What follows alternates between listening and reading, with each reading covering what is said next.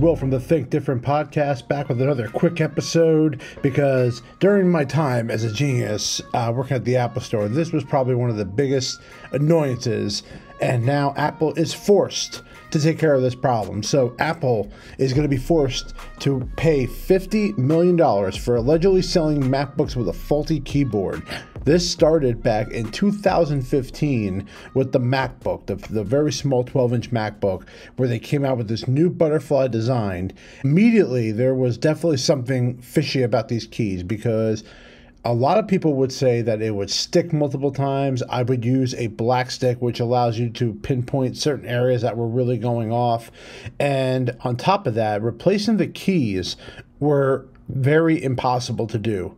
There were a few you could do. The first time that I was trying to work on these machines, they didn't really have a special tool, and then they did have one. And working on like the letter keys and the number keys were great, but the cap lock, the shift, and especially the spacebar key was nearly impossible to fix. So we would send these out. They would get all new top cases, which includes a battery, which includes like the whole top. It was pretty crazy, and Apple knew this was a problem. And even though they released new MacBooks, by default, they put them on a list which was under a quality program. So immediately when the computer was announced and released, it immediately went on a quality program. And we would have to fix these things, and they would go out for like 5 months, even though this was a known faulty issue. This has been a class action lawsuit that's been around for some time, and that they claim that they knew and concealed the butterfly keyboards. So a settlement has been reached with the San Jose, California, and requires them to approve this payout. The settlement is covering customers who bought these Macs between 2015 and 2017 in 7 states: California, Florida, Illinois, Michigan, New Jersey, New York, and Washington. Now, one of my machines actually did have this issue. I'm trying to remember if I did a repair or not. I have to look it up.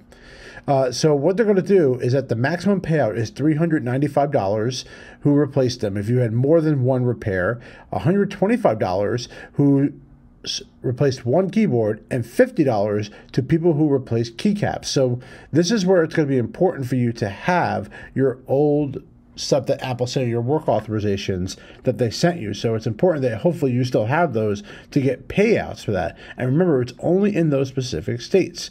In 2021, remember, they got rid of that design completely, and now they've been releasing Macs with the new ones that have been really, really good. So there's been a lot of people talking about this, and if you were part of that program, normally what happens with lawsuits is you would get some kind of an email that you were part of it, or that your name was part of that settlement. So I'll be surprised if I would get contacted regarding this Mac. Now, I don't recall my keys ever sticking, so I don't know if I necessarily are going to be a part of this lawsuit, but I know my wife has a machine like this, and I have one. I just don't know if I've ever had a keycap replaced. I mean, the problem with the keycap being replaced is there's not really much to document from our side. When I worked as a genius, there was no like keycap option to put in our system. So I'd be very curious of what they do. Now, I want to mention, this is the keyboard service program that is still actually out. So if you have a machine that is, I believe, 4 years of age, underneath 4 years of age, they qualify for this program. So please take a look at the list. It's right here. Anything from a MacBook Pro 15-inch 2019 all the way to a MacBook Retina 12-inch 2015 all qualify for this quality program.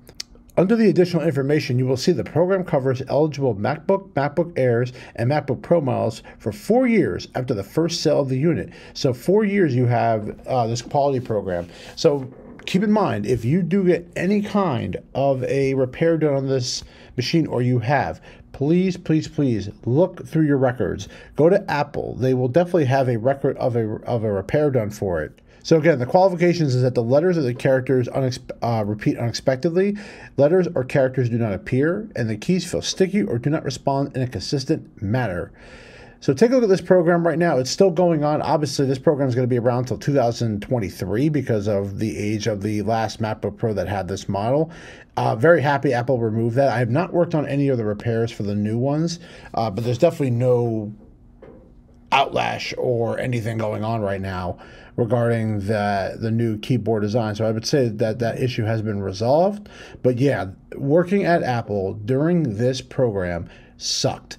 And doing the key repairs eventually got a little easier, but literally I had to take a tool, stick a piece of almost like gum on it, on the key, hold it down for a couple seconds, and I lifted it, I kind of pulled it towards me, and that pulled the key off.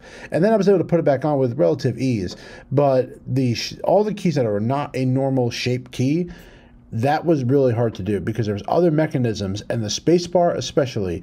The problem is every time I did a repair on these, the one thing I would always tell our customers is that if the space bar is broken, I try to repair it, it's likely going to come back and not even work.